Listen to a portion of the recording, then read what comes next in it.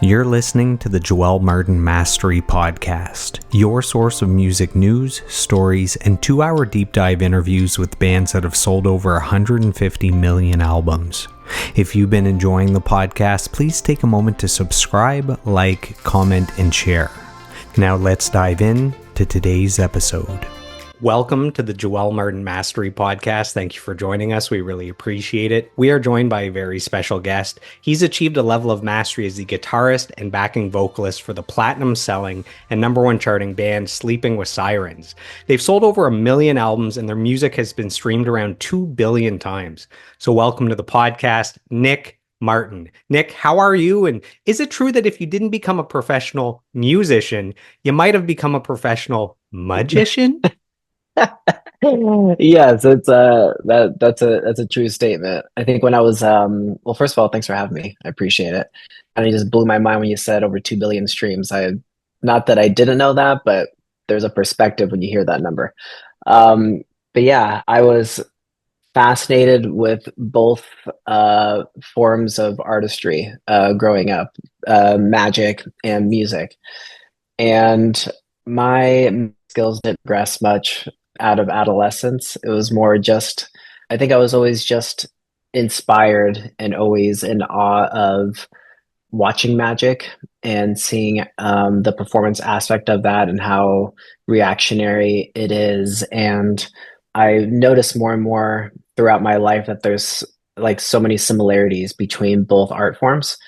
And then I had a very like, okay, that's cool moment.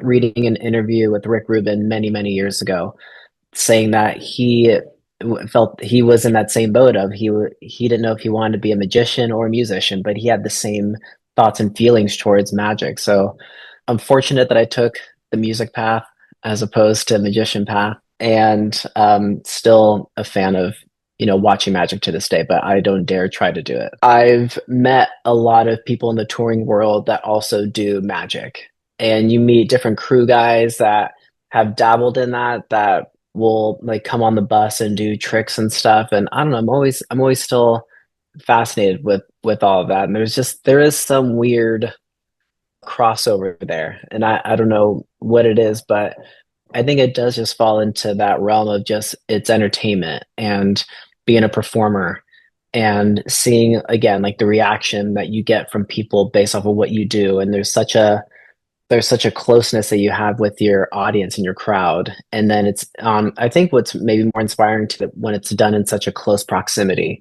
And that's such a like intimate thing that is also very inspiring to me. So yeah, magic is like a deep dive thing that I don't like think much about, but then once I start talking about it like this, I'm like, man, there is like striking similarities between both art forms.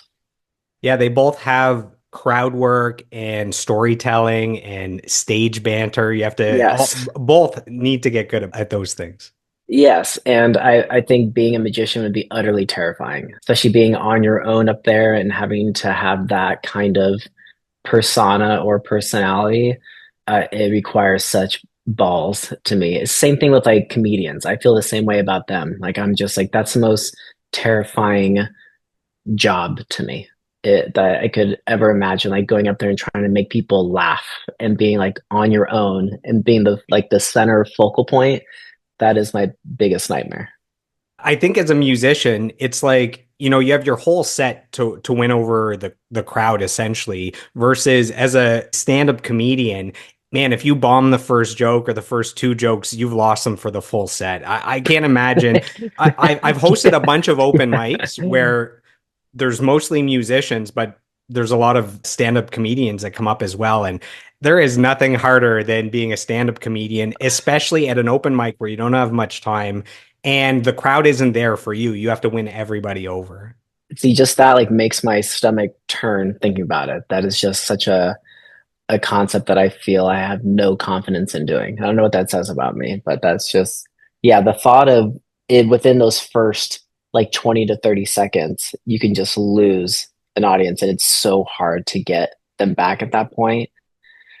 Oh, internalizing that is just god awful. So it's 10 a.m. right now for you. And this is normally Yeah. very early for a musician, but it's not early for you. You get up at an exceptionally early time. Yeah, I'm crazy. I get up at around 4:30 in the morning every single day with no alarm. 4:30, 4:45. Lately actually it's been closer to 3:45. I really don't get it. But I genuinely love being a morning person. It's the quietest part of the day, and I feel like that's just like important for me and my internal system to have that kind of quiet me time. I like thrive in that. It's like important for me to recharge my batteries. So yeah, I'm just a freak of nature, waking up very early in the morning. I go to the gym at 5 a.m. So yeah, I'm that guy. But for sure, by midday afternoon time, I'm just starting to to fade pretty quick, you know. I'm not really like a late night guy. So I love getting in bed like 8:30, 9 o'clock at night and shutting it down. I've heard 5 a.m. called the holy hour, and a bunch of all-time great performers, whether it's inventors or athletes, a lot of them get up at 5 a.m. That's the holy hour. But for you, man, you're starting a new trend. It's 4:30 a.m., the holy hour. Yeah, I'm starting a new trend, man. Yeah, just cut it by 30 minutes and see what happens. That's a when I'm home thing. On tour is a very, very different world, and I have to stay up late because of set times and post show and doing all of that. So my life and sleep schedule on tour is vastly different than when I'm home for sure. Two very different worlds. So I've been following the band on social media. I've seen two birthday announcements in the last week or so. I believe today Yeah, is just 1 week away from your birthday. So happy birthday in it advance. And is. the I most appreciate that. important question of this entire interview is, does the band Sleeping with Sirens bring in band members based on their zodiac sign? That's what I want to know. Maybe the universe sorts that out, and that's how we've all been chosen to be a part of this crazy adventure together. But yeah, it is interesting that some birthdays are very close together. Maddie and Justin's birthdays are days apart, and then I'm just a few weeks after. I mean, I'll just say, yeah, it's all chosen by zodiac sign. I like that. I like that. That was all based in Kellen's in his brain with how he was going to assemble his band, zodiac signs. I like that. If we go back and check out his journal from years ago, it's probably in there somewhere that he manifested this. You know, I wouldn't even be surprised. I wouldn't even be surprised. Now I'm going to bring that up to him when I talk to him next. So I saw you started to partake in some Christmas activities. Christmas is your favorite holiday, and I can see Love behind it. you got the wreath, you got the tree. Sir, did Yeah. anyone tell you that it was still November when you started your Christmas stuff? I mean, I was ready to start November 1st. I'm being honest. I'm that guy that is ready to just kickstart Christmas vibes the day after Halloween. I don't know. I think it is just one of those holidays that brings just a lot of great memories from my childhood. So I think it's really that. It's like tapping into inner child for me, as cheesy as that may sound when it comes to Christmas. And I think it's been really enjoyable throughout my life, like creating new traditions based on where I'm at in my life and who I'm with and who I'm around. And that always kind of makes Christmas exciting. That's never the same thing every year. And it's just good for my happiness. And living in California and living in LA, there's a lot of things going on that are Christmas oriented, and I just want to experience all of it. I'm just that, like I said, it's that inner child just jumping for joy, you know. I'm in Ottawa, Ontario, Canada, and I'm wondering, do you ever end up on tour around Christmas where you're somewhere where there's a ton of snow, like here in Ottawa? Oh yeah, we've I remember back in the day doing tours in Canada in December. Some of the coldest weather to this day I've ever experienced in my life. I always say that the coldest weather I've ever experienced ever, it was in a place called Medicine Hat in Canada. And to this day, I've never experienced that type of cold, like undescribable. And I've experienced it all. I've been through Europe in the wintertime, which is also incredibly cold. But there was just something different about Medicine Hat being in Canada for the winter time that just shook me to my core. And maybe I'm just just because I'm a California boy at heart, that there's just certain types of cold that just affect me a hell of a lot differently. And Canadian cold is very different, but I also love it, you know. There's some videos from winters in Canada that go viral to show you how cold it is. And someone has a hose outside, and as the water comes out, midair it freezes into ice cubes as it comes down. So you see water and I it's just instantly there's magic Uh, for you. It's just creating ice cubes on the way out. And there it is. yeah, I remember the worst part way back in the day. I would be on tour and I remember being in Toronto in the middle of winter and we're trying to save money. So we were just going to sleep in the car that night. And I remember, I had my water bottle. I take a sip before going to bed. I'm just sleeping in the driver's seat. And at one point, I wake up in the middle of the night. I go to take a sip, and my water bottle was completely frozen. And I realized that's how cold it is. That my body is made of mostly that, and that is frozen solid. So I'm probably like 2 hours away from being an icicle as well.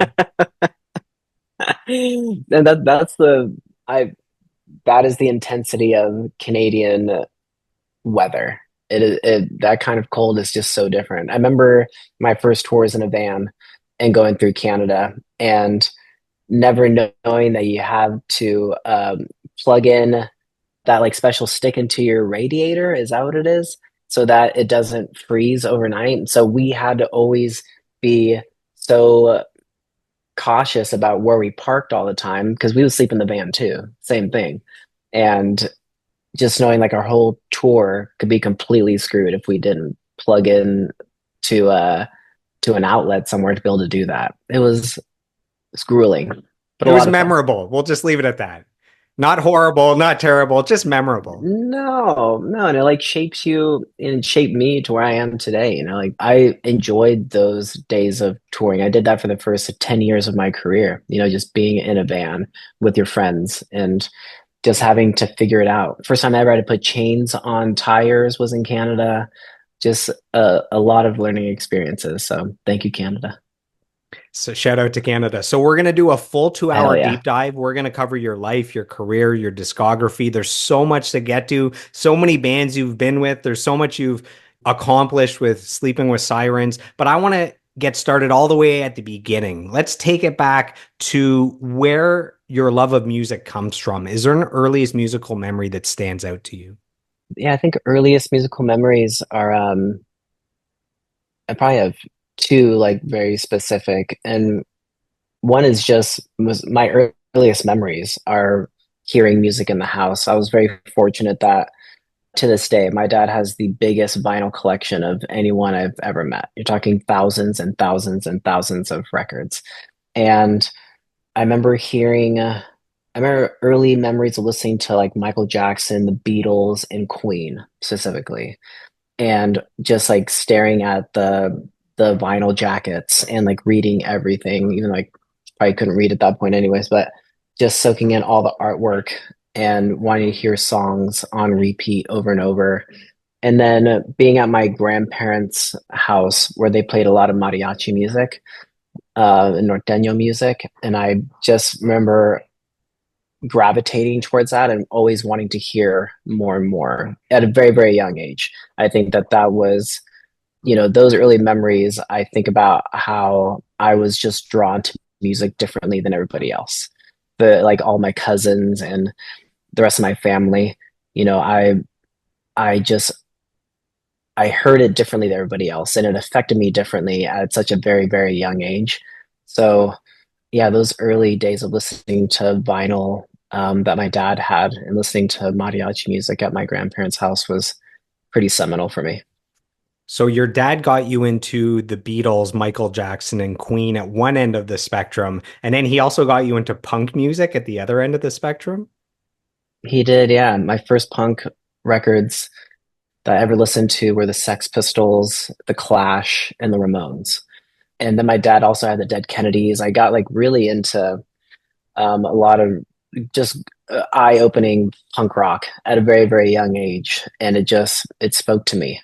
Like those bands specifically, like it was fast paced, but it was still melodic. And then listening to the Clash kind of opened my eyes to like the political and social aspect of music, like speaking out against what was going on at that time in the UK, and hearing it in Joe Strummer's voice of what he was singing about, and like you could feel it, like it was coming from his heart. And that really got me into that whole realm of punk rock and having something to say and being against the grain, and opening your eyes to everything that's going on around you, and trying to be empathetic to others and their plights and what they're going through. And yeah, I think punk rock. When my dad got me into punk rock, that was like a game over moment for me. Can we give your dad a powerful shout out for having exquisite taste in music? Incredible taste in music. Yes, the biggest shout out to my dad. Still does. Does great, great, great music taste. At what point did you go from being just a lover of music to actually becoming a musician and picking up the guitar? I feel like my earliest memories of picking up a guitar, I was probably maybe like 10 years old, 10 or 11 years old. One of my cousins used to go to their house all the time, and one of my cousins was a great piano player. And they had a piano in their house, and they had an acoustic guitar and an electric guitar. And it always just sat on stands, and no one ever played them.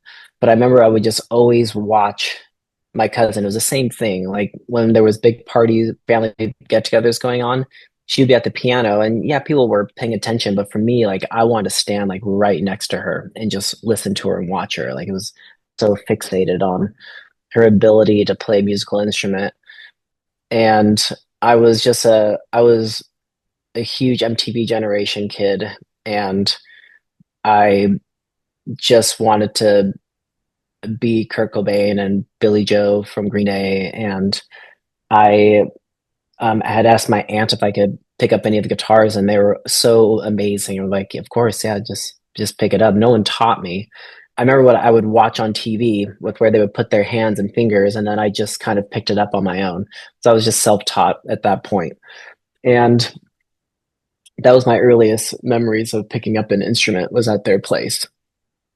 And then once my parents saw that I was just so hyper fixated on wanting to play guitar, my dad bought me this really cheap classical guitar from a thrift store, and just surprised me one day with it. And that just changed everything for me. I just played guitar every single day, just teaching myself how to play chords and play songs. I just did everything by ear. For those first few years, from say 10 years old, where you picked up the guitar, to let's say 13 or 14 years old, who were the early guitarists that had a huge influence on you, that you looked at them and thought, man, if I really work at this, that's the pinnacle of what's possible as a guitarist? For sure, it was Kurt Cobain, Billy Joe Armstrong from Green Day, and Kirk Hammett from Metallica. I think that those three guitar players were just those big influences for me. But I will say that I didn't have that mindset of, oh, I could do that one day. That was like such a far off notion for me. It was more so like I just wanted to play, because then I look back on it now, it was just a therapeutic tool for me. Just everything I was going through as a kid and stuff, I that just made me feel better, and it made me happy. Like I said, that it was such a far off notion to ever be a musician or be in a band. Like I think maybe it was a dream in the back of my head, but I was such a shy, painfully shy kid, and was not I couldn't do speech class. It was so hard for me to talk in front of big groups. So the thought of ever being on a stage and performing and doing all that was not in my like realm of thought like whatsoever. So instead of lighting things on fire, you just played Nothing Else Matters on the acoustic guitar. That's exactly it. That was exactly it. Like one of the first songs I remember playing on an acoustic, and then just learning every single Green Day song that I could. and realizing that that was easier to play than Metallica songs, and knowing I could just learn those like basic four chords and just apply that everywhere and play every song I could think of, you know. I remember seeing in an interview Kirk Hammett say that he ended up writing Nothing Else Matters when he was on the phone. So he had one hand on the phone talking, and then you can play the intro without the left All hand, right? You're open. just strumming Yeah. open notes. So that I thought that was pretty cool. So at what point did the singing and the songwriting come into play after learning the guitar? Well, it wasn't even until I started like there was a band before I started Undermined. There was a band I started with two friends in the seventh or eighth grade called Diaper Rash. And we signed up to play, I think it was our eighth grade talent show, and we had to play three songs. So we learned Blink 182 Wasting Time, which is off of their first record, Cheshire Cat. That was when they were just called Blink. There was no 182 yet. And then we learned Green Day When I Come Around. And then we played like our own song, which was just like just gibberish in a mic. I just kind of threw myself into it. I didn't think about anybody else doing it. I think the two guys I were with were like, well, you're playing guitar and you're in the front, so you have to sing. So it just kind of fell on me to do that. I don't think I really had a desire to do that, but I guess there was just something in me that just said I have to try, I have to give it a shot.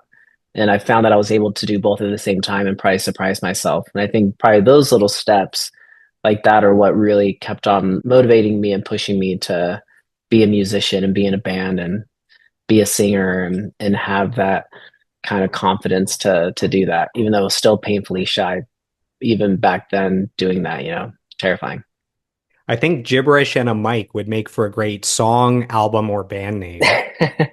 I like that. It really was gibberish. I had no lyrics. I was just like yelling into a mic, you know, just but that was therapeutic for me. That was still, I don't know. There was something about that that was so invigorating and like such a big release for me. So I'm grateful that I took that step to just yell gibberish into a microphone at the eighth grade talent show. And are you still painfully shy today? No, I'm an introverted person though, for sure. I always label myself as an introvert with extrovert tendencies. Like I love meeting people such as yourself. You know, I love hearing people's stories and what they're about. And I'm still a quiet person. I don't feel like I'm that person that walks into a room and is like the big personality. I'm always that guy that is always kind of hanging out, not in the corner per se, but I think I've always thrived on being a listener. I love listening. I love hearing people's thoughts and what they're doing, and I don't know. I've always been interested with the human construct, and I think that that plays into how I've gotten to where I am today too, because I've gotten to work with such amazing musicians throughout my career, and I know specifically. I think about when I did a record with John Feldman when I was in drugs, and I was so new to everything, but I was just a sponge. I remember just being in the studio every day and wanting to and just be a part of everything. And that meant I just wanted to be able to sit in the couch in the back and just watch, observe, listen, and absorb. And that has immensely helped my career of just wanting to watch other great people do what they do and not interfere and just soak everything in and then apply it later. So, yeah, I would still consider myself a quiet person, but yeah, I just like listening. I'm a listener. You mentioned John Feldman. So, for our listeners that might not know, John Feldman is a big producer, but he's also the front man of Goldfinger, correct?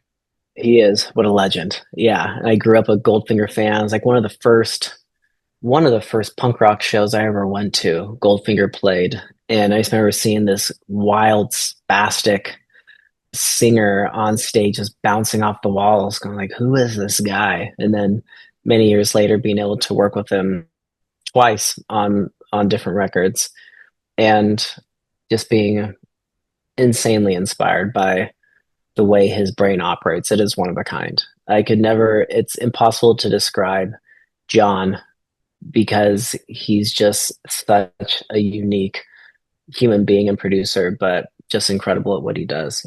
I think there's a book you might like called Quiet from Susan Cain. It's about being an introvert and how that can be a superpower in a world full of noise and extroverts and all that stuff. So I remember reading that, and sometimes people think, oh, introverts are so quiet, like maybe they're pushovers or they're not social. And it's like, no. And she'll list some of the most powerful people in the world that are introverts, and how they've been able to use that being an introvert to achieve tremendous success. I love hearing that. I would love to read that book actually, because I do feel like it has been a superpower for me. Absolutely. Um, that it's I feel like it's helped me so much throughout my career and where I am today, like having that be such a big part of who I am. And it's something that I'm proud of. I think for a long time I was maybe kind of ashamed to say that because you're right. I think maybe initial thoughts are like, yeah, he's a pushover. He doesn't have a quote unquote like alpha energy and all of that, but I don't know. I like being an introvert. And I think it's been important, like I said, to where I am today. So wear it like a badge of honor.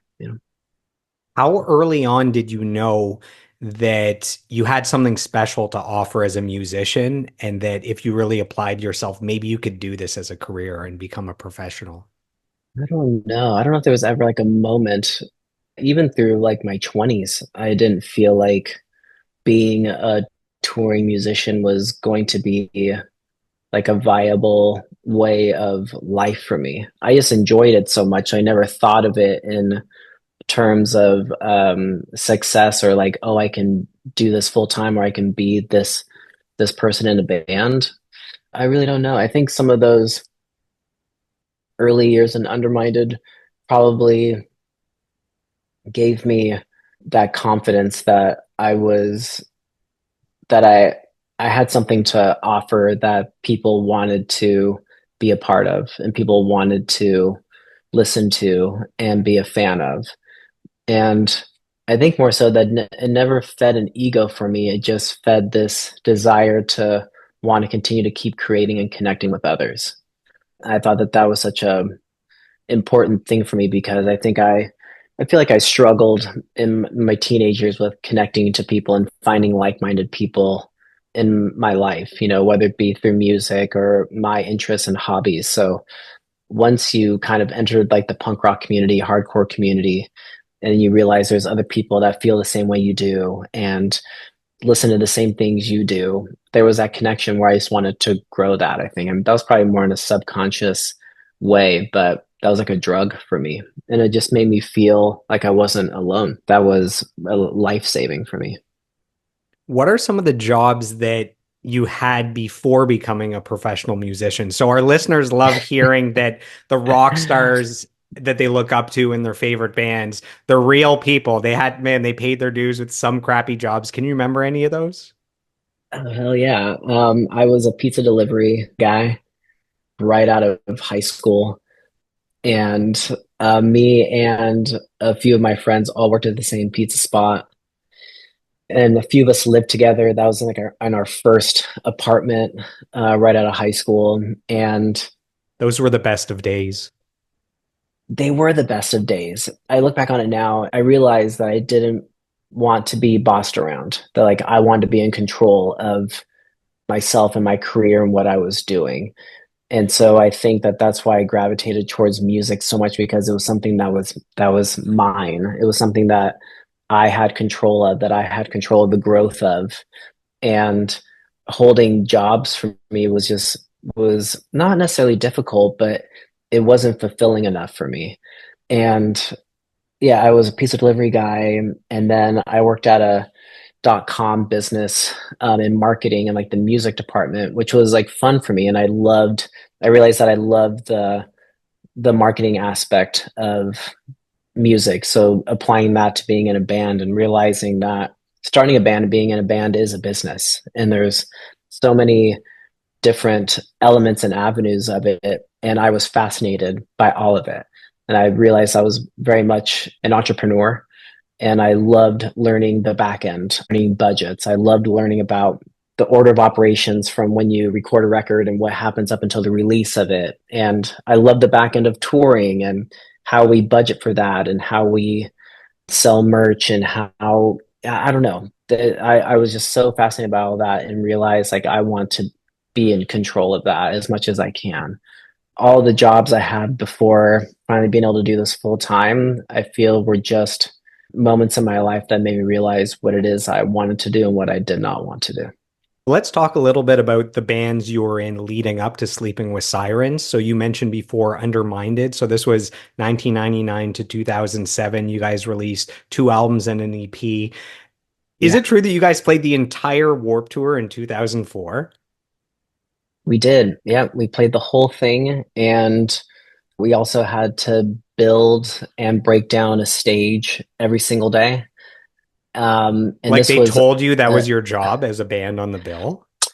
yeah, so at the time there was there's still a company called Smart Punk, and they were going to have their own stage on Warped Tour for the first time in 2004. So our manager at the time knew the people over there, and he just pitched us and said, "Hey, like I know you have to hire crew, your own crew to build and set up a stage every single day. Like, how about you just let this band Undermined do that for you and just let them play every single day?" So Smart Punk agreed to it, and along with setting up and breaking down a stage every day, we had to do it for free. We did not get paid, and we did not get catering, and we had to open up the stage every single day. So we'd have to drive all night, build the stage first thing in the morning, and then set up our gear and play a show. And then a few of us would have to periodically stay at the stage all day in case things happened to the stage and someone needed to fix it. We were the only ones that could do it. And then at the end of the day, we'd have to break it all down, load it into a semi, get in a van, and drive to the next city. It was the most grueling, hardest summer of my life. But I do feel like it was a summer that changed my life and also kind of I felt like I graduated from a boy to a man. And I say that in a very like humbling way where it required so much responsibility, but it also made me realize how much I loved music and touring that when that summer was done, all I thought about was like I would do that again the following summer. Don't pay me, let me set I'll build a stage every single day.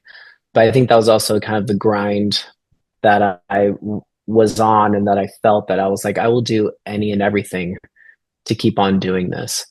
So yeah, we did all of 2004 Warp Tour, completely changed my life, and it gave me such a bug and an itch to just want to do that forever. Yeah.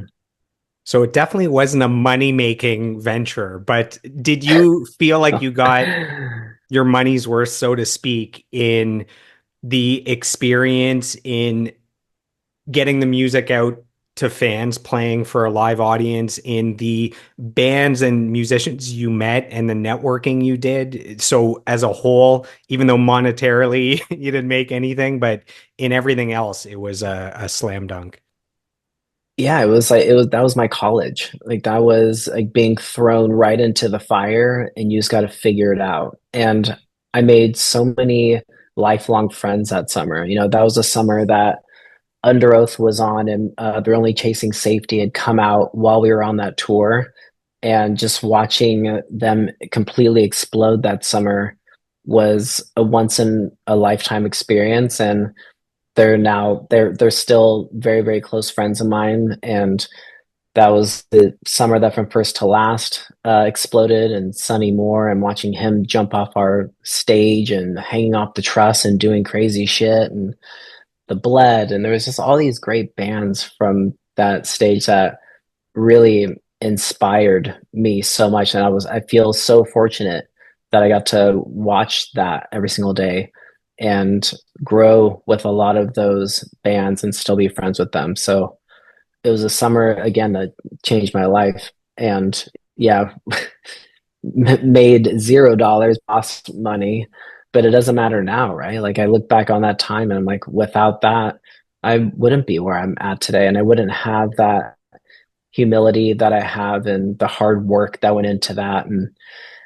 I, it's why I, I say this with the best of intentions, but when I hear up and coming bands complain about how hard it is to be in a band and touring and stuff, I don't talk shit to them, but there's just the part of me that's like, man, you guys have no clue like how truly difficult it was for us coming up. And now that you with the invention of the advancements of the internet and TikTok and everything, we're able to have these huge platforms now to put your music on. Like we didn't have that, and you had to boots on the ground, just get it done and build your name. Like it was just a different time, but I'm so grateful for all that, and it keeps me very very humble today because of tours like that and summers like that. The Warp Tour experience, it didn't make any dollars, but it made a lot of sense. So it's I true like that, that. ooh, your drummer in the band actually went on to become the drummer in a very successful band as well. Is that true with In Flames? Yes. So actually, it is interesting. So actually, our drummer Tanner? in 2004, well, in 2004 on Warped Tour, his name was actually Joe Mullen, and over the last few years, he now plays percussion in Paramore. Wow. And after him is when we got Tanner Wayne, and he yeah, and Tanner's gone on to play within Flames and just do incredible things. I still he's like one of those guys that I still love just watching all of the videos he posts daily of playing the drums. He's just such a unique, incredible musician, and I love that we got to be in a band together and just grind it out.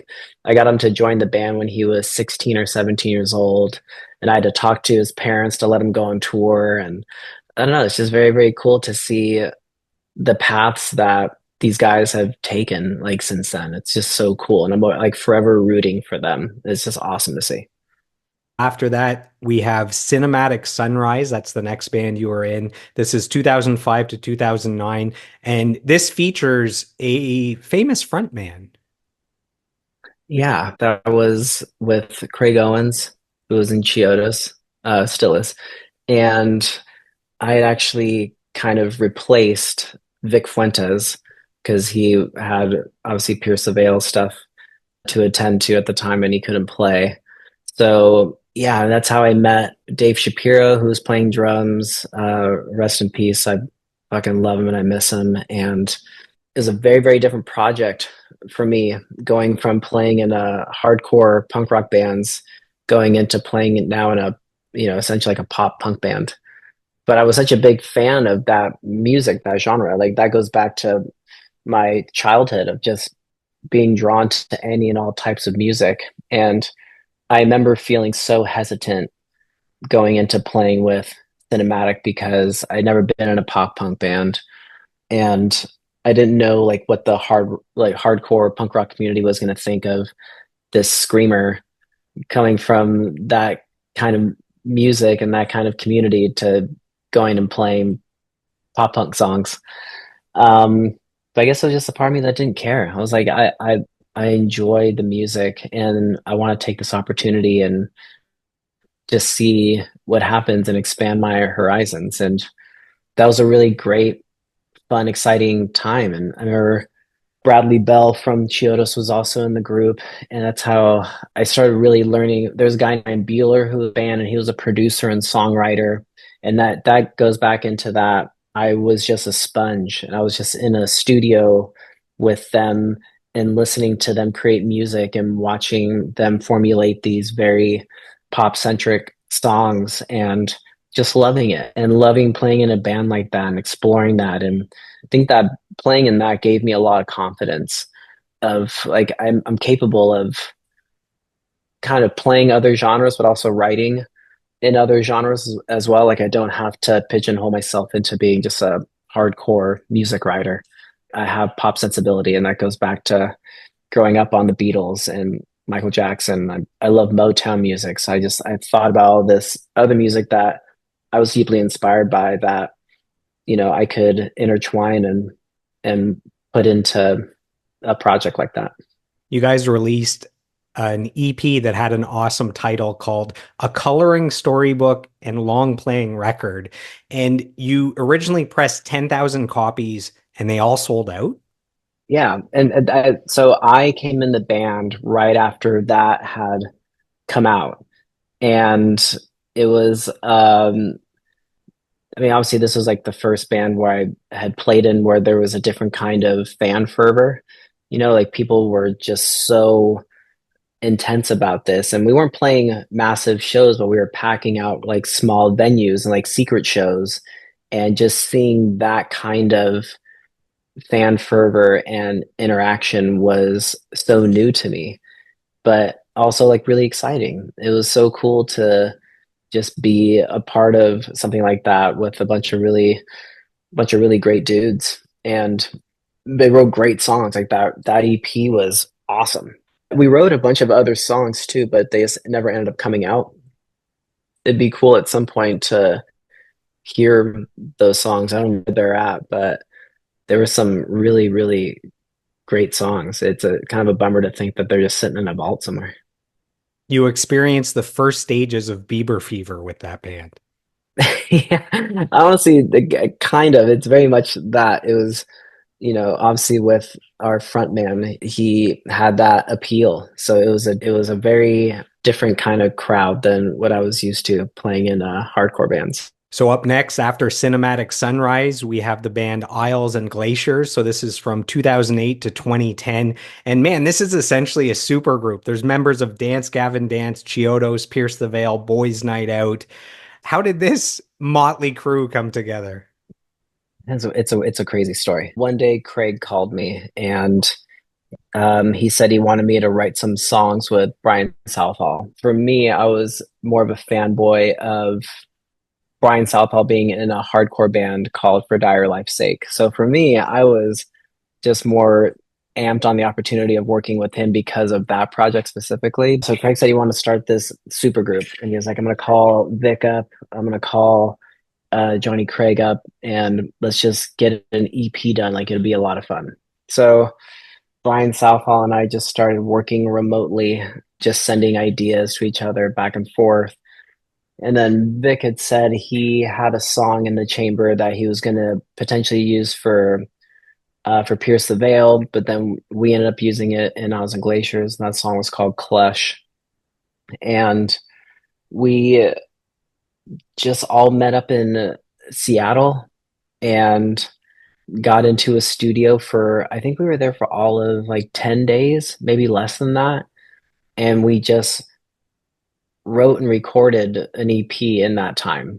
Like we had some ideas going in, and there was some things that were fleshed out, but honestly, for the most part, from what I remember, like we just wrote from scratch, like all the vocals and the lyrics, and we were just working insanely long days and just hammering out this EP. It's funny because I talked to Vic about it now, and he kind of like blacked out from all that too. He was just like, I don't know how we did that. Like I don't know how we like all of these personalities and creative minds like getting together randomly and just like writing and recording everything from scratch and just banging it out. There was a point after like the second or third day where the producer Casey Bates just kind of left the room because we were just like Brian Southall had just kind of taken over the board, and we were just working at this insanely fast pace. But there was a synergy there that we just fed off of and just created this EP out of thin air, which people still seem to love. And that's kind of the beauty of that whole project, was just not knowing what people were going to think and just all this getting together and see what would happen. All right, Nick, I have to ask you something. I have to know if this is fake news. I've heard that Vic and Mike Fuentes from the band Pierce the Veil, I've heard they're cousins of yours. They are. It's not fake news. We are cousins. We started our first bands together in the Fuentes household, specifically in Mike's room. So Mike literally just had a bed and a drum kit and amps and a PA all crammed into the tiniest little bedroom. And yeah, started our bands together. We'd go over there to rehearse a couple times a week, and we'd have our own time slots. So my band would rehearse for 1 or 2 hours, and then we'd take a little break and be done. And then Vic would hop in with his band, and they would rehearse, and we would all just hang out though in the same house. And that's the same thing of just soaking everything in, because Vic was such a, like, even in high school, was such a prolific songwriter and guitar player. Like, he was just on a completely different spectrum than the rest of us. So I would literally just like sit on Mike's bed in the corner, all huddled up together in this room, and I would just watch them play all the time, and watch Vic play, and watch how he would write, and how his brain would just concoct these crazy songs. And yeah, we didn't find out we were cousins actually until after we were in our bands. It's a very weird story, because that's not how we met. We didn't meet because we knew we were family. We just met randomly. I guess a very serendipitous, the universe doing its thing, that we got together. But one day, Vic and Mike's dad, Vic Senior, he's still just a legend of a human being, and he would do these big carne asada sessions where he would just cook a bunch of tacos for everyone, and he'd have family over, and we would all just hang out and barbecue. And one day we were all just hanging out, a day after band practice, and we'd already been in our bands now for a while, and I was just hanging out at the barbecue, and suddenly my aunt comes walking in, and I was like, "What are you doing here? Like, why are you?" It's so random seeing my aunt there. And she looked at me. She said, "What are you doing here?" And I was like, "This is so weird. What is happening?" And then come to find out that we were related. That we shared the same aunt. And then come to find out that my when I brought this up to my parents, they're like, "Oh yeah, the Fuentes," and like they knew their family and vice versa. And I was like, "That is Just so withholding weird." information from you. Yeah, like what the hell? Like, we're in a band together. I'm at their place like every single day, and none of us knew that we were family. So yeah, we didn't find out till later that there was a relation. But it's been incredible to see Pierce LaVale's journey, and to see what Vic, specifically just as a songwriter, continues to accomplish. Like, that guy's just always raising the bar. It's been incredible to see what he's accomplished from our days being in high school together to where they are today. It's monstrous. And in the entire lifespan of Isles and Glaciers, you guys only played one live show? That was it. And what a One live show show. it was. Just the stuff of legends. I mean, and that story in itself is just was uh, insane. I wish that there could be like a documentary made on that the making of that EP, and then the playing the one show together is just like an insane story in itself. We had gotten asked by Alternative Press magazine to play their showcase at South by Southwest in Texas, and somehow, some way, we were all going to be in Texas at the time, whether if it was, Pierce the Veil and everyone else's bands were playing. So we said, let's try to play a show. And we did that with no rehearsals. We got together in a hotel room the day before and just went over all the parts together with like acoustic guitars. And I remember Mike had his drum pad, and we just formed the set together. Like, this is how long, these are the counts for each song. This is what we'll do between this song. We've never played these together as a full band. Like, even in the studio, we didn't play that all together. It was all separated out, and piece by piece, instrument by instrument. So what you saw of us playing on stage that day is the first time we ever played together. And somehow, some way, we pulled it off. I kind of blacked out. I don't really remember much of it, but I remember a bunch of us had gone to a South by Southwest party the night before, and we were young, so it was a night of free drinks and just painting the town red, and then waking up with the worst hangovers known to man, and somehow, some way, pulling off this set with Isles and Glaciers. It was one for the books for sure. So the final band before we dive into Sleeping with Sirens is Drugs. You were with the band from 2010 to 2012. The debut album for the band went to #1 on the US hard rock albums charts, on the Billboard charts. What did that mean to you? That man, that's such a big milestone. That record and what we accomplished in such a small amount of time was like lightning in a bottle, and something that I'll forever cherish. Honestly, like that's like it was such a humbling, crazy time for us, and it was for all of us. It was a second chance, kind of, at being in a band because Craig had left Chiodos. Matt Good had, I think he had disbanded from first to last. Aaron Stern was no longer in Matchbook Romance. They had disbanded. Adam Skull, we call him.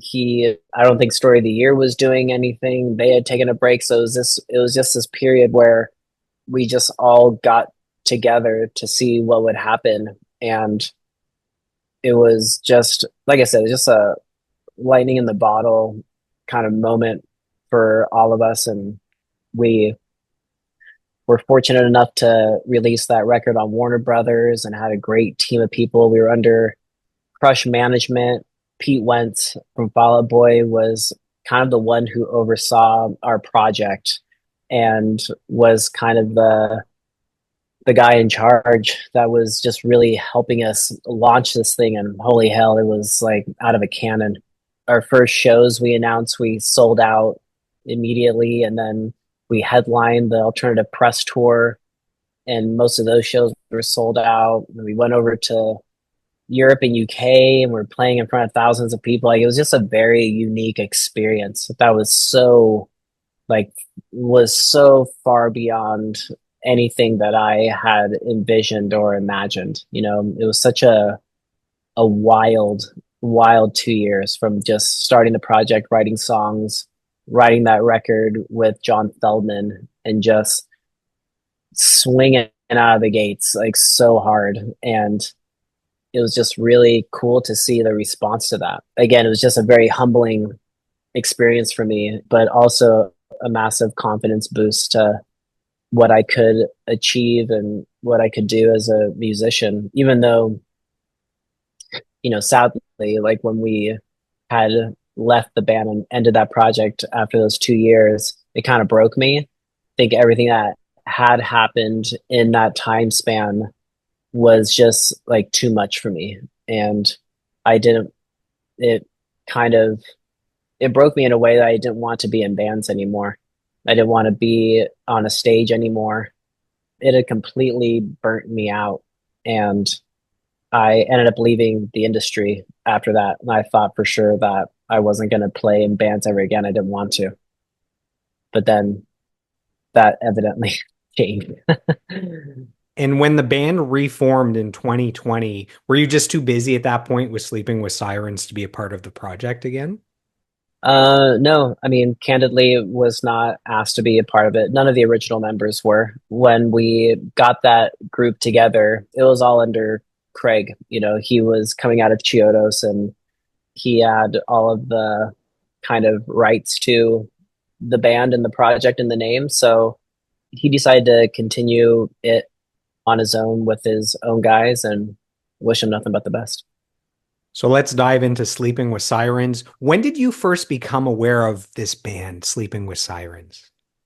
I had heard of them, so I knew of the band. I remember meeting Kellen on a Warp Tour. I wasn't playing it. I'd gone out to a show in San Diego, a Warp Tour, and I met him. I don't even remember how I did, but met him briefly before he was going to play a set. And he was like, dude, I'm a huge fan of everything you've done. Love Underminded, love Drugs and Cinematic. It's so cool to finally meet you. And that was really it. And then I'd met their previous guitar player, Jesse. And I remember seeing Sirens at another show in San Diego because tour manager from Drugs and the merch guy from Drugs were working for them now at the time. So I'd gone to hang out with them, and I don't even think I watched Sirens play. I actually hadn't seen them play. I didn't see them play at Warped Tour, or I didn't see them play when they played in San Diego. I just kind of crossed paths with them, or was just hanging out with them post show and just partying. But I knew that they were at the time like getting popular, but I don't. But I definitely did not know as to what level they were at, anything like that. I just knew that they were a thing. And then I had started a screen printing business in San Diego after I had left drugs, and randomly got a text one day from Kellen. He had got my number from their tour manager, who was a close friend of mine, and he was like, "Hey, I know you don't play in bands anymore. I don't even know if you want to play music anymore, but we need someone to fill in on guitar for our Europe UK tour coming up. Just want to see if you're interested." I remember my heart kind of sinking, and I just thought like, I don't, I haven't picked up a guitar in almost 2 years at that point. I think a year and a half, maybe. It was a very interesting time that he asked me because I had been working so hard at this screen printing business, working 12, 15-hour days, and I was getting burnt out, and I hadn't taken any time off. And I just thought it'd be a paid vacation and go back to Europe and the UK. It's been a while since I've been. I just kind of viewed it as like, I'll do it because it'll be a paid vacation. And then that just obviously didn't turn it into a fill-in gig or a vacation. That 13 years later, something like that, I'm still in the band. So And did you have to audition at all, or once they called you, they already knew you were the guy? no, they when they called me, they weren't going to audition anybody. I'm not even. I'd have to ask Kellen and Justin. I don't know if they had. I think maybe they did have somebody else on standby. I can't remember who it was, just in case I couldn't do it. But I guess essentially I was the top choice, you know. And it was interesting because I didn't know their songs. You know, I did I didn't know what they necessarily even sounded like. But then I remember listening to the band and I was like, oh, I enjoy this. Like, this is really good. Like, Kellen's got an incredible voice. This is my shit. I dig this. So, no, I didn't have to audition. I just had to learn a bunch of songs and just show up to rehearsals in Nashville and be able to pull off everything. And I remember the first song that I rehearsed with them in Nashville was If You Can't Hang. I remember it was a really important moment for me because I remember when we finished playing the song, for me personally, I had that had like reignited this spark, like this flame that was in me that I realized that music was what I needed to be doing. And I thank them so much for that and for that moment. I still thank them all the time. Like they helped me realize like what I was truly passionate about and that I can't, even if I tried to quit, it was still going to come back somehow, some way. So I remember just like feeling so fulfilled just playing that one song. And then I remember that moment though, looking around the room of like, did I do okay? And they all had that look of like, oh, dude, I haven't heard the song played that well ever. Like that was awesome. So I think there was just a moment of reigniting that confidence in me as well. Where it's like, okay, like the old man still got it. I can still, I can still get around on a guitar and play these songs. And yeah, it was just a really great moment for me. Yeah, if you can't hang, playing If You Can't Hang with the band, they're probably not going to keep you around, I don't think. Yeah, that was like, hey, if I can't play that, then get the hell out of here. We'll go with the guy on standby. It was just fun to be in a room with guys that were all really great players as well, great singers, and Kellen's just like an incredible front man. I realized that as soon as we were just playing at rehearsals, you know, it's like, wow, this guy just has something really, really special. It was one of those moments playing with them where it just made me want to be better at what I was doing too. So it was a very like motivating and inspiring thing being around them. And they were all younger than me, so I felt like, oh God, I gotta get like back in shape. And I don't know, they inspired me and motivated me in so many ways from the get-go. It was an interesting moment just rehearsing with them and doing that Europe UK tour. This episode has been brought to you by the Women in the Music Industry podcast. It's hosted by music producer Rob Wells, who has worked with global superstars like Justin Bieber, Ariana Grande, and Selena Gomez. Through his 1 hour interviews, he shines a spotlight on the remarkable women who are breaking barriers and making their mark in the music industry. Some of his notable guests include Morgan Lander of the multi-million selling metal band Kitty, and Pam Shane, who co-wrote Genie in a Bottle for Christina Aguilera. If you're a fan of the Joel Martin Mastery podcast, you'll love the Women in the Music Industry podcast, which is available on all platforms.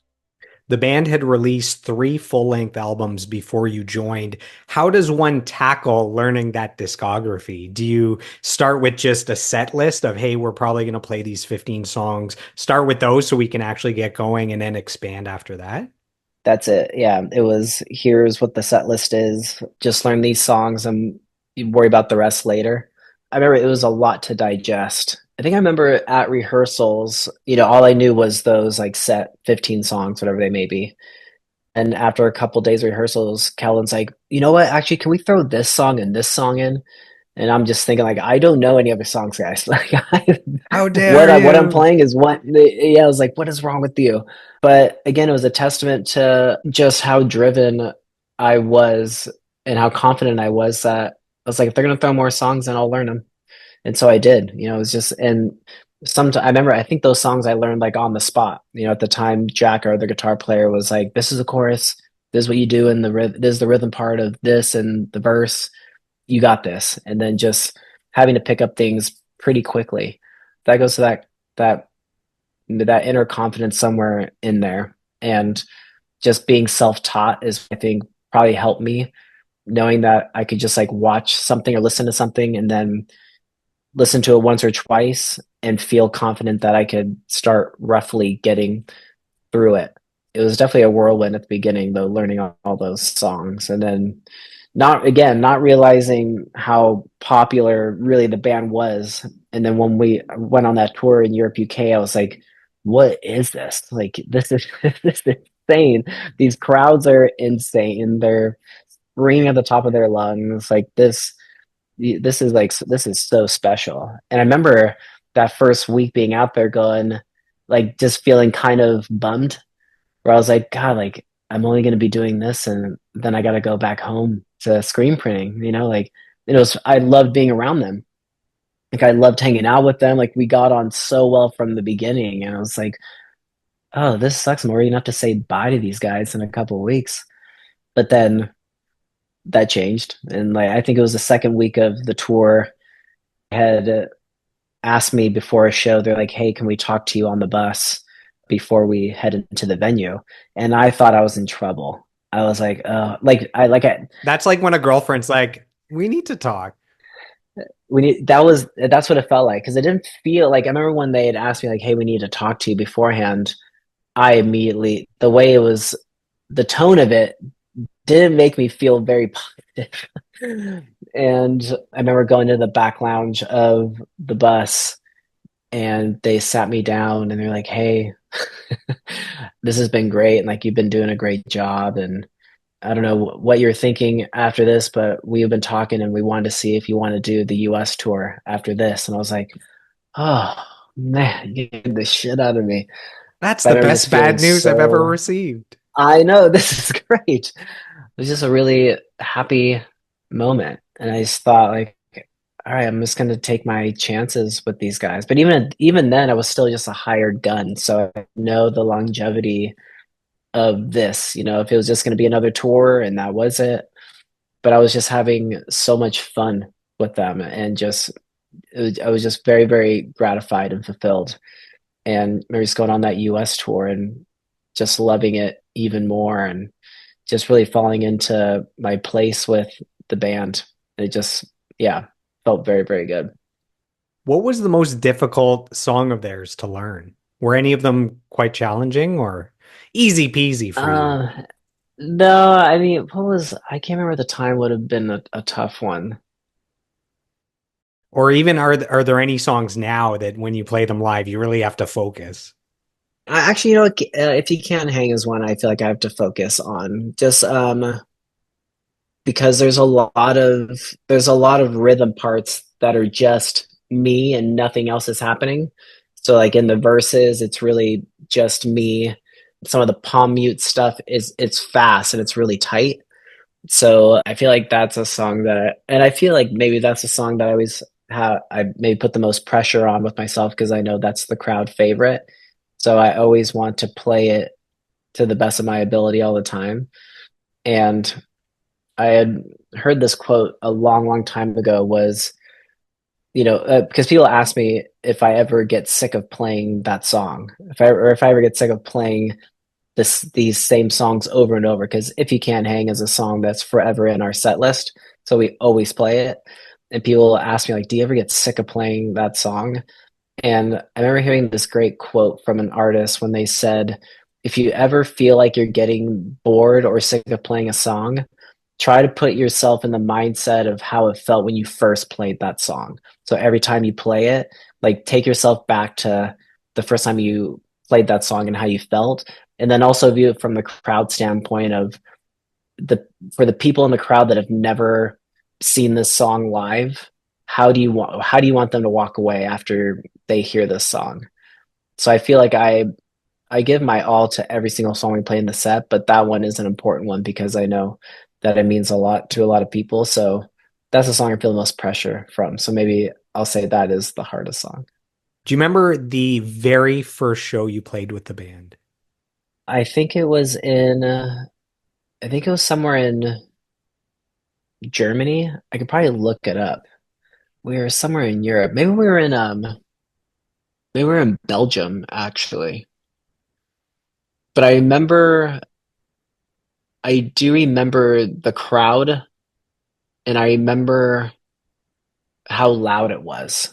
I can feel that, and I remember my heart like just pounding walking on stage and seeing everyone taking photos and just how loud this crowd was, and it was such a moment of like where am I like what am I doing here, and it was kind of like a shock to my system because I hadn't been on a stage in a while, and going from that very different feeling of I don't think I'm ever going to do this again to now just being thrown into this very big massive setting was a lot was a lot to me. It was like emotional, but it was just a very special moment that I like didn't want to end. So I'm very fortunate that I'm still here today and get to experience that. I'd like to dive into all the albums you've been a part of since joining the band. Before I do that, I just want to mention that out of the period of time before you joined the band, my favorite song is Scene 2 Roger Rabbit. Like to me, that is a perfect pop rock song. I've played it a trillion times. I can't get enough. Do you have anything to I say love about that. that song? That is like it's such a fan favorite. And what's great about playing that song is that it's always just Kellen and I. So we always have an acoustic portion of our set when we're headlining, even when we're not headlining, but we try to always do an acoustic portion. Roger is always a song that I get excited to do. And sometimes he'll pull that as an audible. Like some nights he'll be like, tonight let's play Iris and With the Ears acoustic. And I go, cool. And then we'll get on stage and I'll play Iris. And then he'll stop, he'll look at me and go, let's play Roger. And I go, yeah, let's do it. And it's soon as I hit like the first chords, it can be kind of hard because it's just acoustic, it's just me. It doesn't sound like the record version. So it isn't until Kellen comes in with the intro in the verse, and then once he hits that first line, the crowd just like they're like, "Oh my God," like Roger. And it's so cool in those moments, and you see how that's another one of those songs that I've seen throughout the span of me being in this band, like how important that song is to people. I love that song. I love he when he decides like let's do that song tonight. It always goes off very, very well. That song is just like ice cream. It's always a good time for ice cream. I like that. Oh, I love what's a great analogy. I gotta tell Kellen that one. It's a good one. I've gone on dates before where it's the middle of winter and I'm like, yeah, let's go on an ice cream date. And they're like, it's the middle of winter. I'm like, well, we're not eating it out in a snowbank. Like we're inside. Like it's always a good, my response is it's always a good time for ice cream. You know what? You and I are on the same page because I love ice cream and it doesn't matter if it's hot or cold out. I'm never going to say no to an ice cream. I feel like it's almost better in the wintertime. And I've also heard of ice cream companies saying that during the wintertime is when they sell more ice cream than they do in the summertime. It's Don't know probably why. people depressed inside eating ice cream and binging Netflix. That's it. Yeah, eating their feelings. I Yeah. just described my Friday night. Which is perfect for me. I love a binge on the couch with some ice cream. So I wanted to make sure that this was a powerful interview. So I reached out to somebody to get a little bit of help. And I have some kind words from someone whose band shared a bill with you guys like a decade ago. So this is from Taylor Roberts from the gold selling band Taproot.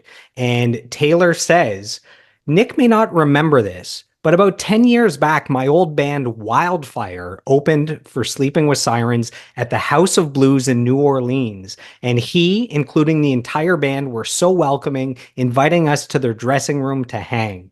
It was insanely cool considering most bands wouldn't allow the opener to hang in their dressing room. I always appreciated that kindness. Hopefully, we'll cross paths again and rock some more shows with Taproot and Riding with Killers, which is his other band. So that's from Taylor Roberts. That is awesome. I love to hear that. And I remember that band opening. I remember that band opening for us. It means a lot that we got to hang and enjoy time together. And I don't know, I think that's important. It's always been important to us because for us, like we all came from humble beginnings, and it always meant the world to us when the bands that were playing at above us and the headliners, they ever took notice to us and they were just kind to us. It didn't even matter if we got to hang out with them, but that generosity was there and it was seen is important to us still to this day. I think it's important for for artists to feel that they're a part of our family. Even if we're playing just one show together, or if we're on a tour together, we love that camaraderie and being hospitable to others and taking care of others. And the same thing with any band that opens up for us. They're just as part, they play such a major role in the show and the vibe and playing for our fans or their fans. Like they're part of something that we're all doing together. So it means the world to be able to spend time with them too and show our appreciation. So that's awesome. And I hope that we do get to cross paths again. That'd be sick. So in 2015, you guys released the album Madness. This is your first album with the band. There's 4 singles. What thoughts, memories, emotions come back to you now when you think back to that album that really kickstarted your journey with Sleeping with Sirens? There's there's a lot of thoughts and feelings. What's interesting is that we had recorded a record before that in Nashville that never came out. We had spent months in Nashville recording a completely different record with a different producer. And we liked it a lot. I still love a lot of the songs that are on that record. But when we were done, like a week later, I got a call from management and they said, "Hey, Kellen feels like this isn't the record. This isn't what we should be putting out." So Kellen says he wants to work with John Feldman for a different record, entirely different record. And we're going to start in a couple weeks. And I was feeling every feeling in the book of what the fuck. We just spent months recording and writing all of these songs, and now we're just scrapping the whole thing. But then the other part of me was I trusted Kellen too, and there was things with the record that I wasn't necessarily very like stoked on, but I was like I felt like I was like 80% there with the record. I wanted to wait till it was mixed, but we never even got to that point. But then I was excited because I was like, oh, we're gonna go work with John Feldman. Like that's my boy. I would love to do another record with him. So there was also an excitement there, but there was a fear for all of us going into that record because we had all felt pretty burnt and pretty tapped from just writing and recording a record just before that. And then now we're like, okay, now we're going right back into the studio and we're just going to write a completely new record. Like, this is insane. But we surprised ourselves. Day one, we went in, and within the first 5 minutes of being in the room, we started writing Kick Me. It came out of thin air. This goes back to magic. You know what I mean? Like, just there's just something that the universe just brought to us, and it that just kickstarted the whole record. It was just a really, really fun time. It was busy and it was hectic, and every day was different. But when you work with someone like John Feldman, he's able to keep the wheels turning. And that's something that I feel like is so important for a producer. Like, it never felt stale, it never felt like we'd hit a standstill. He was just that guy that could keep everything moving, even if we weren't feeling it, or if we were kind of having a day of like feeling tired or burnt. He found that way to like push you, and that record is definitely a byproduct of that. It was a really, really fun time. I know that Kellen was really pushed. That was the most he had been pushed as a vocalist, as a lyricist. And I know he's still so fond and so proud of that record because he tapped into something very new for him emotionally. And he was digging into things with his past and his childhood that he had never really done before. So it was a very like important record for the band, but obviously very important for me being the first record I was on, and it being received so well, and feeling like I was finally a part of the band. And that was when right around the time when I became a full-time member of the band and a part of the business. And it was a very, very awesome time for us. And I'm very, very proud of that record. And I would love to do some anniversary shows for it at some point and play that thing front to back. It was a wild time for the band, but I loved it. The first single, Kick Me, became a top 10 hit in the UK, became a top 25 hit in the US. The album debuts at number 13 on the Billboard Top 200 charts. That is the chart of all genres. Like, a top 15 album there is just insane. And it would go to number one on the hard rock charts in the US and number one on the UK rock charts. Man, what what is that like? Number one US, number one UK, top 15 of every album released, period, sold in the US. It's really interesting that you bring all this up because I forget about that. I think that's just it's something that I don't hold enough weight in, and I think that I've always kind of separated myself from charts and where things lie. But then when it's brought up, it's something I'm very, very proud of. It's something that I just think back to like when I was a kid and never even imagining being on a stage, let alone ever being on a Billboard chart. So it's even right now thinking about it, it's just very cool. It's just very, very humbling is like the word I always go to. It's not something that anyone in the band is striving for. We're never striving for trying to break charts in any way. But then when it happens, of course, it's very gratifying. I guess it's just a testament to the music, but also just the fans that they give enough of a shit to support it and listen to it and tell their friends about it. And that it's gotten to a point like that where it's entering Billboard charts. It's really, really wild to me. It doesn't like sink in still for me even this many years later after that record. I don't think about it enough, and maybe that's something that I should be more cognizant of and celebrating that more. It's crazy to think about. I think maybe you not being aware of exactly where it charted or what the certifications are. I think that just shows that you guys are doing it for the music. And then everything that comes after that is just a byproduct of what you're actually passionate about. And in preparation for this interview, I went back, I listened to the entire Sleeping with Sirens discography to make sure I was Wow. familiar with all the music. And this album specifically, the band being able to go from one end of the spectrum with a song like Madness, where it's quiet and beautiful and soft, on the same album to go all the way to the other end of the spectrum with a song like We Like It Loud. What do you think that says about the versatility of the band? Not even just within the entire career discography, but within like four songs on one A album. single disc. Yeah. I think I that's just like the beauty of this band. I think that's something that I recognized very early on when I started playing with them is that we all have very different tastes in music, I guess, but we all love those genres of music. Like I love writing a ballad with Kellen, and I know he loves a ballad. But then Kellen also loves punk rock and he loves fast music.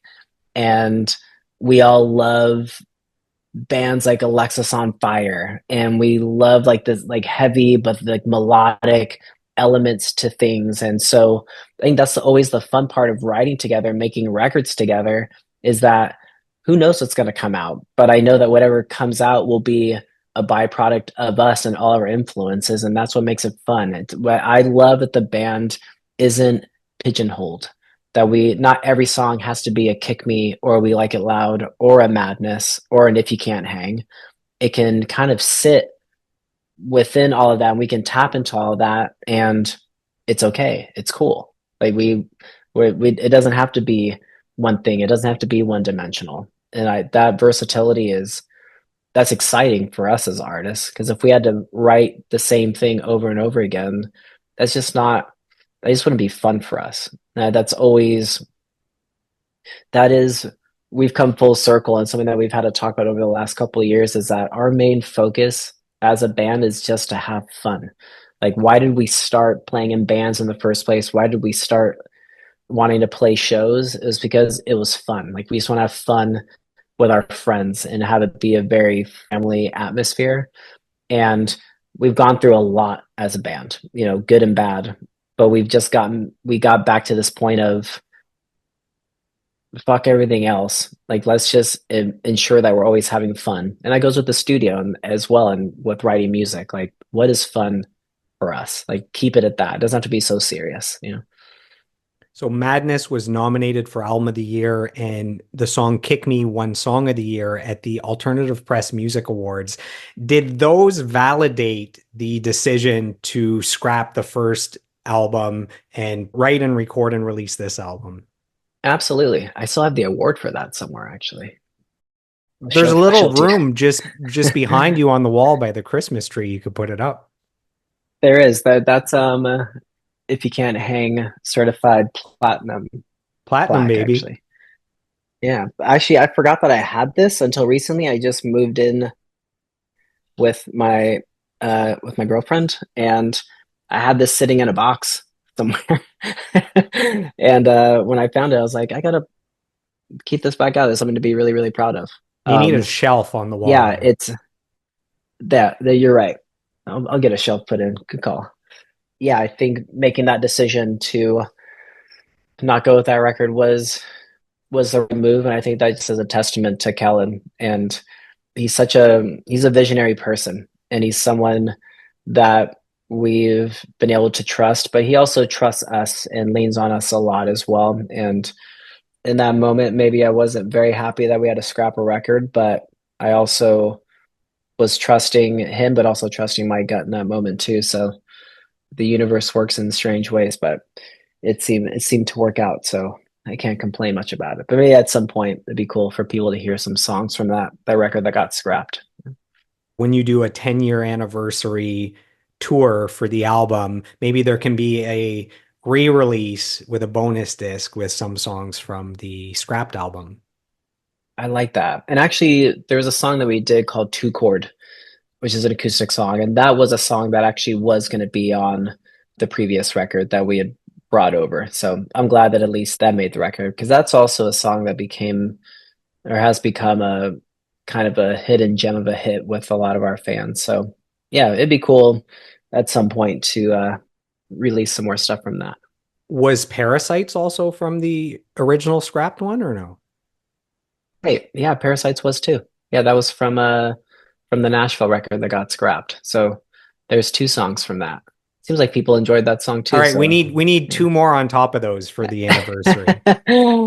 Cool. There's another song we did on that was called Ready to Live.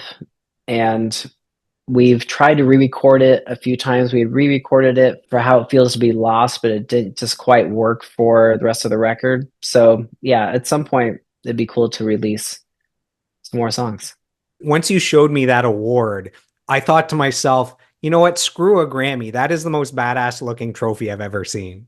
It is very, very cool. Yeah. And we weren't Looks like the expecting to win Punisher or it. something. Yeah, it does look like the Punisher.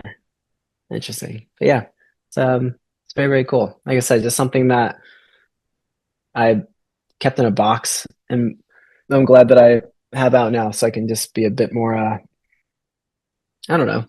I don't like talking about myself or celebrating myself. It's something that I struggle with. So it's important for me to have these kinds of things around to celebrate. It's important. If I won that award, I would sleep with it, holding it right beside me on the pillow, and I'd have amazing, I like accomplished dreams every single night. maybe I'll do that. Maybe I'll start doing that from now on. Sleep with it. I don't know if my girlfriend would be stoked on that. In 2017, you guys released the follow-up album Gossip. There's four singles. The first single, Legends, was a top 20 hit on the Billboard alternative airplay charts in the US. And then the song Empire to Ashes went to number 7 on the US Hard Rock Digital Song Sales chart on Billboard. Man, there's some heavy hitters on this album as far as songwriters. You had members of 30 Seconds to Mars and Good Charlotte. How did they become a part of the songwriting process for this album? Well, at the time we had gotten new management and it was with Benji and Joel Madden from Good Charlotte. They had started a new management company called MDDN and they were just really involved in the band and with that record and it was cool to work with them in songs because we're all massive Good Charlotte fans. Yeah, and then working with 30 Seconds to Mars guys on Legends was fucking awesome and a really cool song. Yeah, that record was probably like the darkest times for all of us. We were all going through personal things in our lives, but also the inner workings of and just inner vibes of the band were not at its best. And we really struggled with just that period of time in our lives and making that record. We just signed to a major, just signed to Warner Brothers, and we kind of had the typical kind of story that happens where we had a solid team at Warner Brothers when we were working on the record, and then I would say not even a couple weeks or maybe a month into the release of the record, the whole regime changed. The head of Warner Brothers was gone, and we just kind of got lost in the shuffle of that. And I feel like everything compounded on top of itself of everything that we were going through internally, and then kind of externally with all the label stuff, just kind of put us in a pretty in a tough space. I'm proud of that record. I think that Kellen and maybe some of the others have struggled to find a connection with it. But I think more so it's not because of necessarily the music itself. I think with that time, that era of Sirens is just kind of heavy. So connecting to it is difficult. But I know that record opened us up to a lot of new fans that still to this day will request songs from that record. But we don't play many songs from that record anymore. But I hope at some point we could kind of maybe reinvent some of the songs or bring some of those songs back, but who knows? The album was produced by mega producer David Bendeth, who's done some albums from my favorite bands, Breaking Benjamin, Paramore, Papa Roach. And I wouldn't be doing my job if I didn't get some kind words from David Bendeth himself. So David says, Ah, Nick Martin has that rich Liverpudlian blood running through his soul. Always a smile on his face, ready to add his great rhythmic touch, his melodic voicing, and his positive approach. I love working with Nick, as every day he took a deeper dive into his years of practice and experience as not only a guitar player, but a singer and one hell of a great guy. So that's from David Bendith. Ah, that almost makes me want to cry.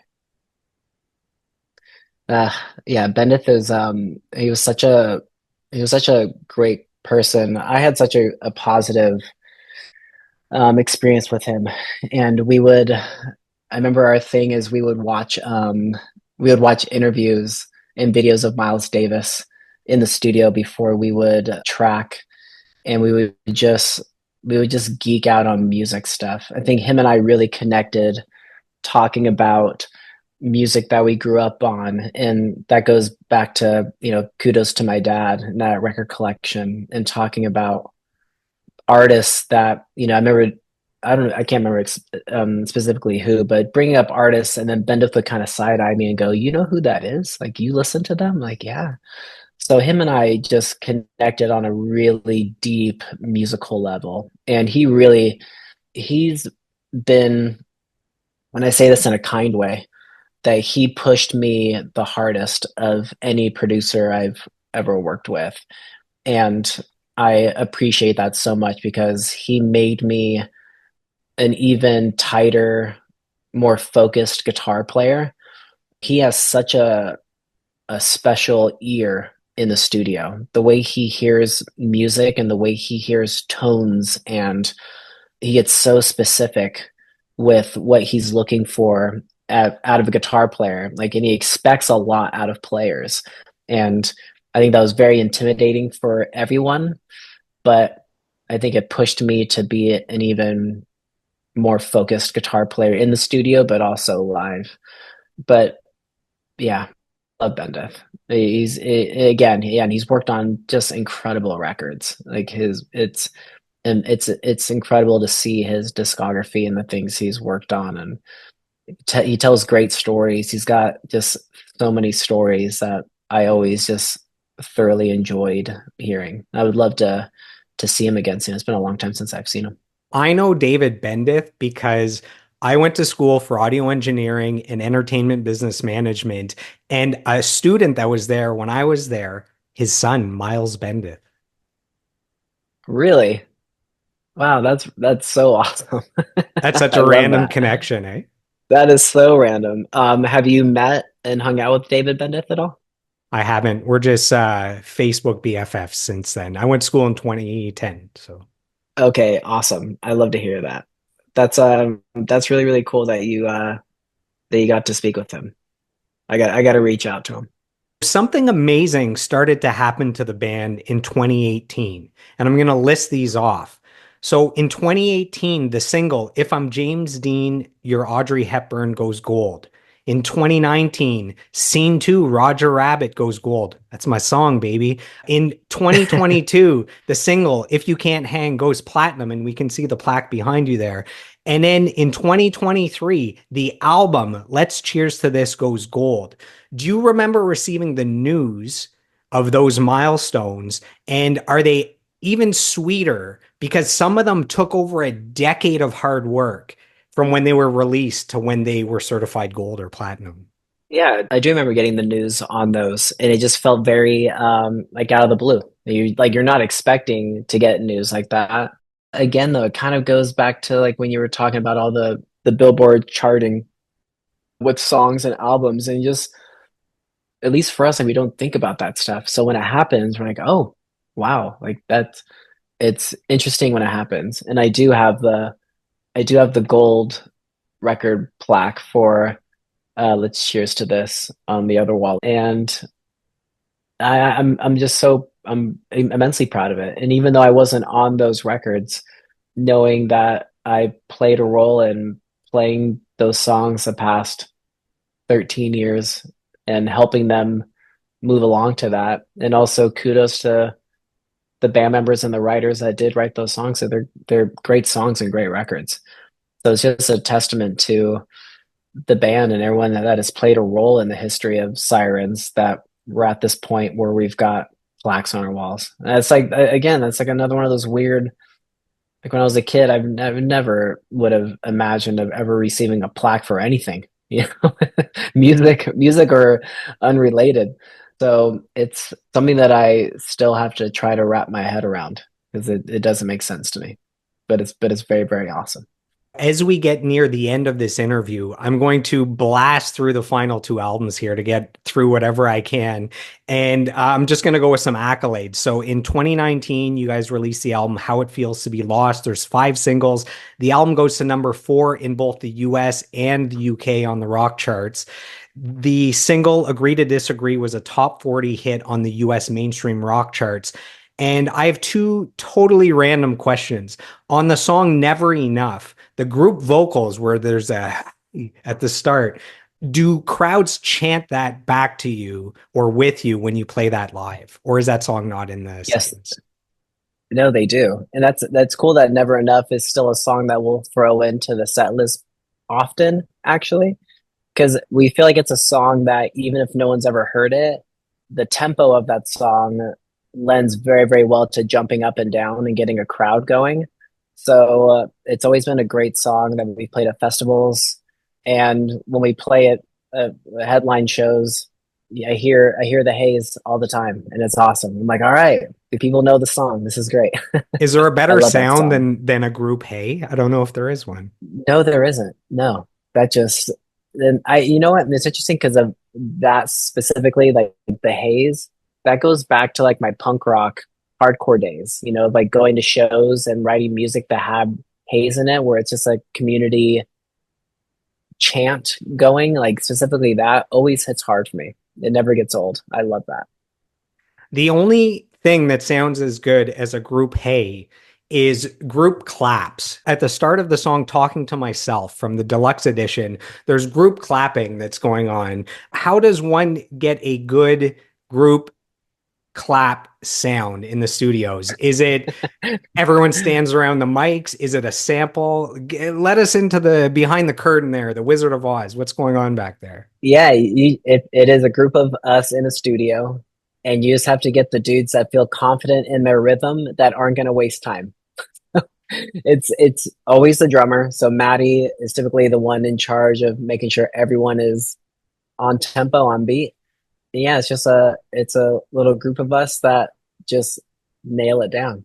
You don't have to go too deep into the clap question. I mean, I mean, but it's I just love that though. something I No, was but interested about, you know?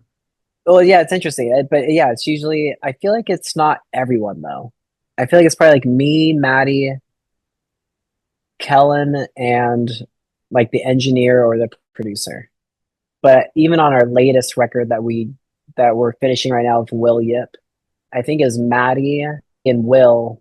There's some snaps. There's some snaps on this record, and that was them. They did a bunch of takes of just getting the snaps right. No samples. Like we got to get the real thing. You guys have stepped up your game from the claps to the snaps, and I guess Yeah, some of the claps to I snaps. guess some of the members their clapping was just subpar, just didn't make the cut on the album. That's it. They you know what? Sorry guys. If the Very claps lackluster are claps. shit, yeah, then you got to sit this one out. The last thing about this album, Loudwire named it one of the 50 best rock albums of 2019, which I thought was awesome. And now we've made it to the newest album, Complete Collapse from 2022. There's 7 singles. How has the reception been over the last 3 years with this album? It's a lot of time to take in what fans think, what critics think, what the band thinks. Yeah, yeah. It was. It's a record that we're immensely proud of. I mean, that was written and recorded during the pandemic. So there was just finally a point where we could get together in Nashville and all be together and work on this record. And that whole record was just therapeutic. Obviously, it was therapeutic in the sense of what everyone was experiencing in the pandemic. And for us, like we hadn't seen each other in so long. We all live in different states and different countries. So finally being able to just be together and work on music together was just it was very much just like needed for us. And Kellen really tapped into everything that he was feeling and his anger and frustration with social and political things. And yeah, it was just therapeutic is the best word to use with that record. It was just needed for all of us. And the reception to it was great. It's still great. You know, I still don't think that we really play enough songs from it. Like I personally wish we played a few more You've got too from many it. hits. That's the problem. There's too many hits that you can't take out of the set. You know, the catalog it just gets bigger and bigger, so it gets harder and harder to whittle that down to a set list nowadays. You know, it's just really, really hard. When I listened to this album with a good pair of studio headphones, I found that when the songs Crosses, Let You Down, Be Happy, Us, and Bloody Knuckles came on, I started I started doing the stanky face, you know? I couldn't help it. Yeah, The guitar riffs were just so tasty. They were delicious. And I'm wondering if you on stage when you are playing those nasty guitar riffs, do you find yourself doing the stanky face, you know? brother, so much stank face. So much stank face. Can't help but not, you know, like some of those riffs are, yeah, very, very tasty. So I can't help but just get just a little stanky with it, you know. I like that. I like seeing the crowd doing that too. So we stank together. There's lots of guest appearances on this album. There's Spencer Chamberlain from Under Oath. There's Charlotte Sands, Royal and the Serpent, and there's Dorothy. So for people that don't know, Dorothy's last name is also Martin. So we have Joel Martin, we have Nick Martin, we have Dorothy Martin. Is this the great Martin takeover of 2025? Damn right it is. And I didn't even know Dorothy's last name was Martin until now. So hell yeah. Everyone needs to watch out. The trifecta. We're coming at y'all. Taking over the world. We've made it from your earliest musical memory, listening to music from your father's album collection. We've made it all the way to the newest album. I want to look forward now. When you look at 2026, do you have a vision for how you'd like that to play out as far as new music or hitting the road or anything else? It's that, both of those. It's new music and hitting the road. So right now, Kellen is putting the finishing touches on our new record that we've completed with Will Yip, who's done this small band called Turnstile. I don't think anyone's ever heard of them. And we're just very, very excited for people to hear what we've been working on and just getting back on the road. We've got a lot of things confirmed for next year that we can't talk about yet, but it's going to be busy. And I mean, I think I probably speak for everyone in the band. We just miss playing. We miss just hanging out and being together and doing what we do. So I think 2026 is just the year of just a new chapter for the band and just feeling so positive and so confident with where we're at and the new music that we're working on. So it's just 2026 is go time. I discovered Turnstile because as I was doing these interviews with musicians, it seemed that every musician's favorite band at one point was Turnstile. They would keep bringing it up. Man, Yeah. have you heard of Turnstile? Oh, I just saw Turnstile in concert. They were amazing. Oh man, that album is so much fun. It's like Nirvana, but if they were a party band kind of thing. Yeah. And then the Nailed it. Grammys come around and they're nominated for 3 Grammys. You're like, what is happening? This is crazy. And I finally saw them in the summer here in Ottawa. We have a massive, one of the biggest festivals in all of Canada is called Blues Fest, and Turnstile played. So I just saw them this summer finally. What'd you think? They're amazing. And like the very first Yeah. song, they had everyone in the palm of their hands. Just the singer jumping around and flipping and you know, he'll bring the mic all the way up to the sky and it's like, okay, there's, you know, 30 to 60,000 of you, like, okay, let's hear you. And then there's just It's something your about him turn. that's magnetic. And then the music is amazing to back up everything he's doing. I agree. They're a very unique band across the board and they have that magnetism to them that you just like you can't keep your eyes off of them. You can't stop listening to them. They've just done such a great job as artists. And I think that we need bands like that are constantly raising the bar and motivating and inspiring all of us. And yeah, I got to recently see them for the first time and they were phenomenal. they somehow achieved this like very punk rock thing and like punk rock ethos and like this punk rock kind of show, but on a bigger scale, but also achieve this melodic thing as well. And they're one of a kind. I could never be a hater of Turnstile. I think they're incredible. We have a fan question from Claudia, who goes by Cheeky Dog on YouTube, which is awesome. And Claudia's question Cool. is it true that the new Sleeping with Sirens record will be related to the last two albums in a way of inspiration? And will you be having another world tour?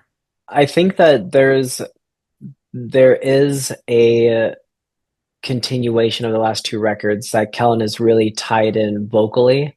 I think this is the first record where he's really kind of putting a bow on everything and expressing kind of like being at the end of that light of the tunnel. A lot more optimism and a lot more positivity from versus the last two records and what has led up to where he is now.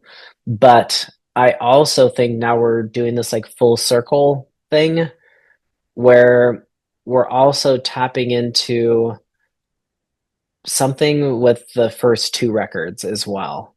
Like there's something that's happening where we're kind of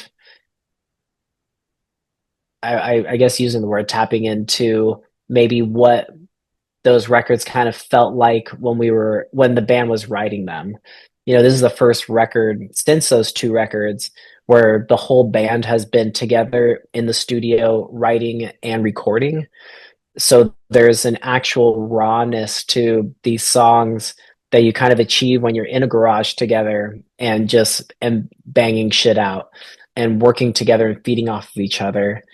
And that feels very like juvenile in the most like positive way. It feels like what we felt when we were in high school starting bands. And you'll definitely be able to hear that on the record. And yes, world tour, a lot of touring. We're going to be playing everywhere. We're already looking into like 2027 stuff. Like there's a lot going on.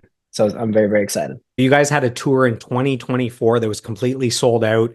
This summer, there was a tour and there were three sold out nights at the Kia Forum. This is like 17,000 plus capacity.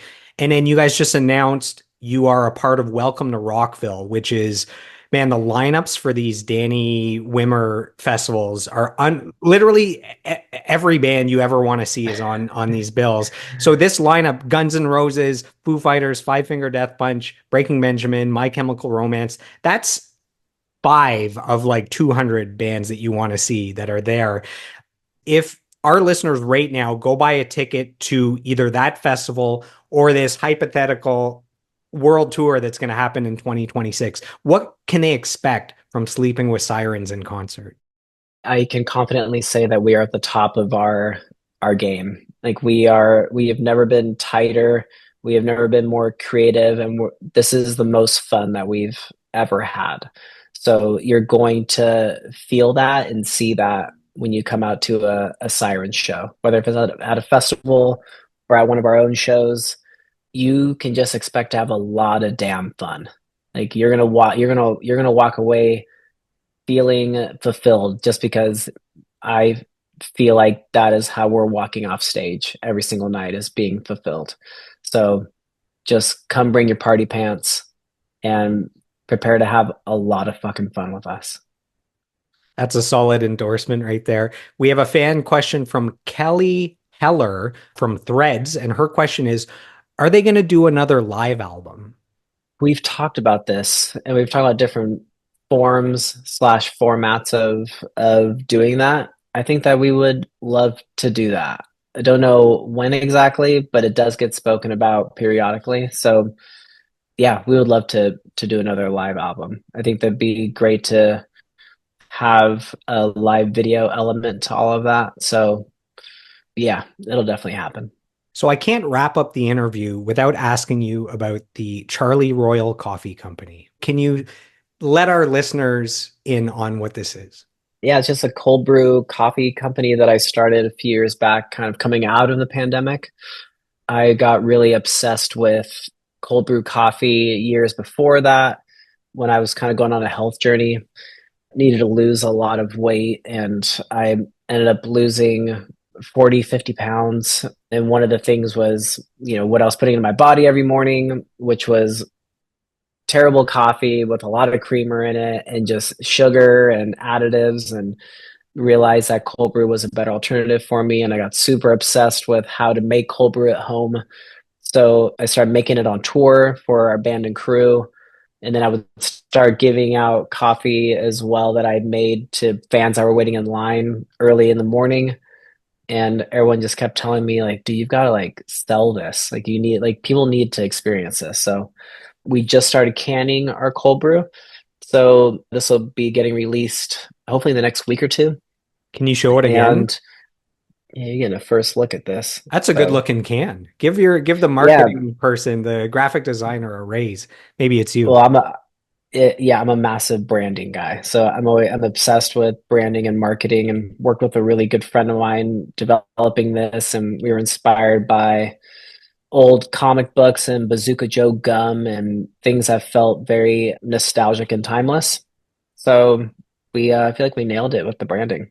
But the coffee is incredible. So yeah, I can't wait for people to try this, because I will stand behind it that we have the best tasting cold brew. Anything else you've tasted is shit compared to ours.